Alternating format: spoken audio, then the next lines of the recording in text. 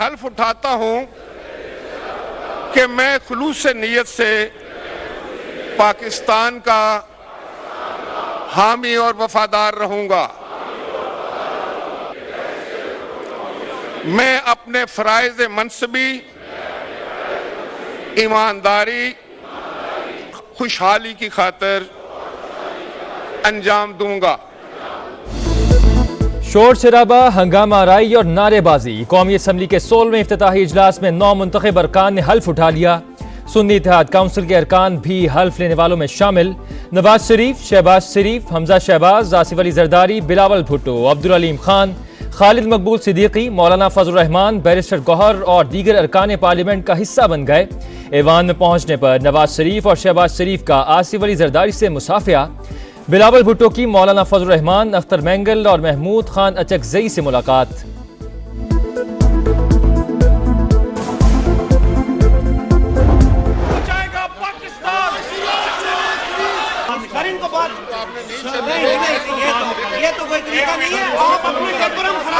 नाराबाजी नहीं करेगा वरना मैं उनको निकाल दूंगा, उसके बाद नहीं करेगा।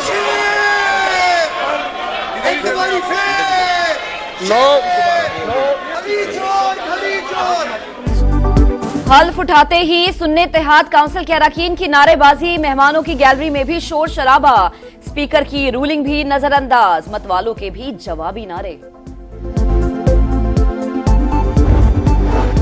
वज़ीर पंजाब मरियम नवाज, मरियम औरंगजेब और इसहाक डार मेहमानों की गैलरी में मौजूद। आसफा भुट्टो की भी हल्फ बर्दारी में शिरकत।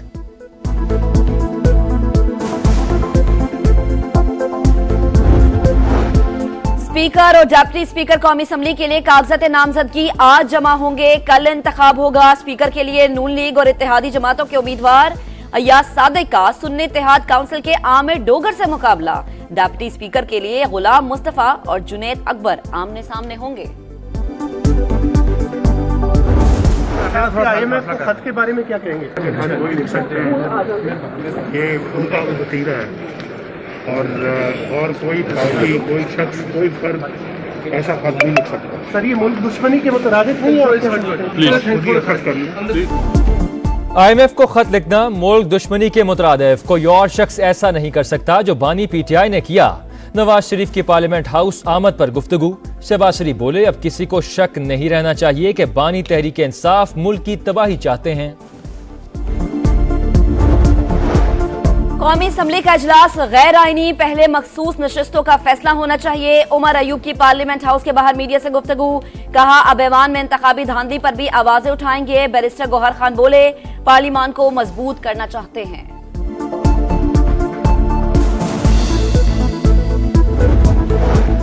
पाकिस्तान की तरक्की में किरदार अदा करूंगा। अवाम मुश्किल में है, उनकी उम्मीदों पर पूरा उतरने की कोशिश करेंगे। गरीबों को रिलीफ देना हमारी अव्वलीन तरजीह है। सदर IPP अब्दुल अलीम खान की मीडिया से गुफ्तगू।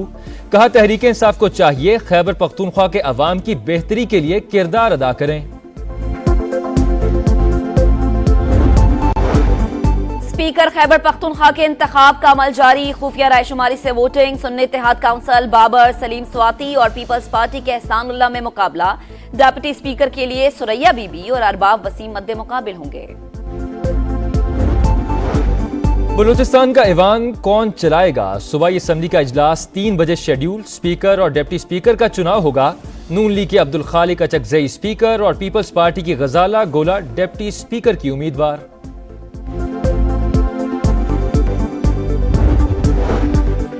सदर मुमलिकत को मखसूस नशस्तों का मामला हल होने की उम्मीद। तहफ्फुजात के साथ कौमी असम्बली इजलास की असम्बली मंजूर की। वजीर आजम के लबो लहजे और इल्जामात पर तहफ्फुजात का इजहार किया। सदर मुमलिकत ने कहा, निगरा वजीर आजम ने नाकाबिले कबूल जबान इस्तेमाल की, बेबुनियाद इल्जामात लगाए। बतौर सरबराह मुमलिकत इंतखाबी अमल में बेज़ाब्तगियों और हुकूमत साजी के अमल से गाफिल नहीं रह सकता।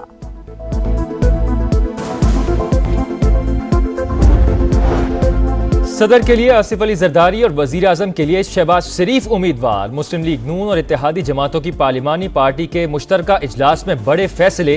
उम्मीदवारों की इंतखाबी मुहिम के लिए कमेटी तश्कील। सियासत और मईशत की बेहतरी के लिए मिलकर चलने का अहद। अवाम को रिलीफ देने का अज़्म।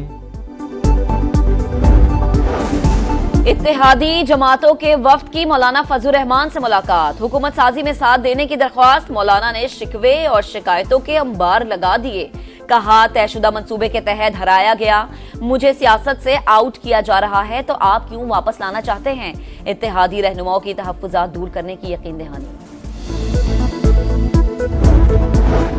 IMF को 2 हफ्तों के अंदर कौमी और सूबाई असम्बलियों की 30% नशिस्तों का ऑडिट यकीनी बनाए। हालिया इलेक्शन के नतीजे में बनने वाली हुकूमत की कोई कानूनी हैसियत नहीं, मुंतखब हुकूमत के जरिए ही मुज़ाकरात किए जा सकते हैं। कर्ज के लिए पाकिस्तान की सियासी सूरत हाल को मद्देनजर रखें। बानी की हिदायत पर तहरीक इंसाफ ने IMF को खत लिख दिया। किसी भी सहूलत में रुकावट नहीं बनना चाहते, मगर माली सहूलत देने से पहले गुड गवर्नेंस से मुतालिक शराइत रखी जाएं। खत का मतन।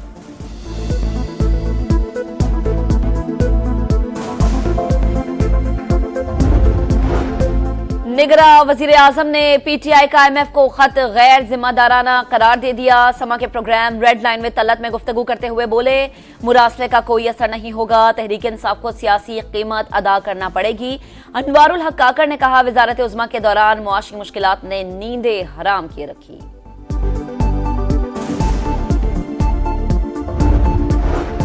बैरूनी कर्जों से निजात के लिए पाकिस्तानी कोशिशों की हिमायत। पाकिस्तान IMF और दीगर मालियाती इदारों के साथ काम जारी रखे। आने वाली हुकूमत को मईशत को तरजीह देना होगी। आइंदा चंद माह के दौरान मुआशी पॉलिसी बहुत अहम होगी। तर्जुमान अमरीकी महकमा खारजा मैथ्यू मिलर की प्रेस ब्रीफिंग। मईशत के इस्तेहकाम के लिए लॉन्ग टर्म इकदाम जरूरी करार।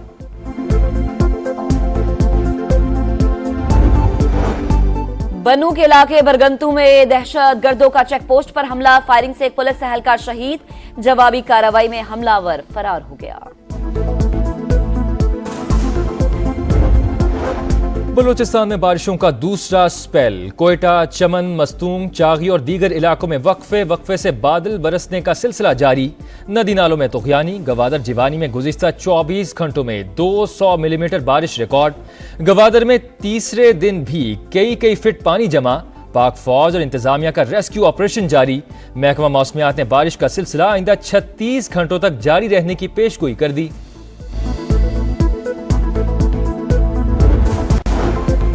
कराची में कल गरज चमक के साथ मूसलाधार बारिश का इम्कान। वजीर आला सिंध ने तमाम बल्दियाती इदारों, इंतजामिया और अस्पतालों को हाई अलर्ट कर दिया। शहर कायद में सरकारी और निजी इदारों में हाफ डे ड्यूटी करने का फैसला।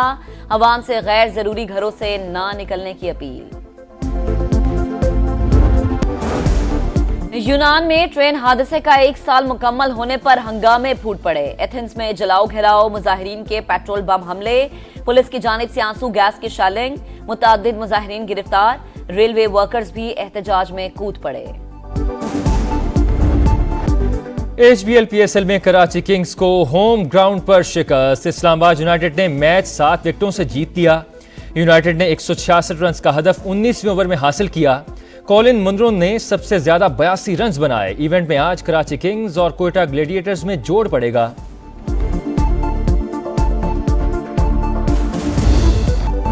लिवरपूल FA कप के क्वार्टर फाइनल में पहुंच गया। साउथहैम्पटन को 3-0 से शिकस्त दी। चेल्सी ने सनसनीखेज मुकाबले के बाद लीड्स को 3-2 से हरा दिया। सऊदी प्रो लीग में नाजेबा इशारा करने पर रोनाल्डो पर 1 मैच की पाबंदी आयद।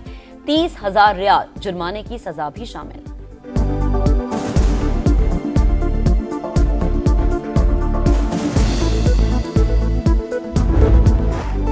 और दुबई ओपन टेनिस में एंडी मरे का सफर तमाम। फ्रांस के योगो हम्बर्ट ने मरे को स्ट्रेट सेट्स में शिकस्त दे दी।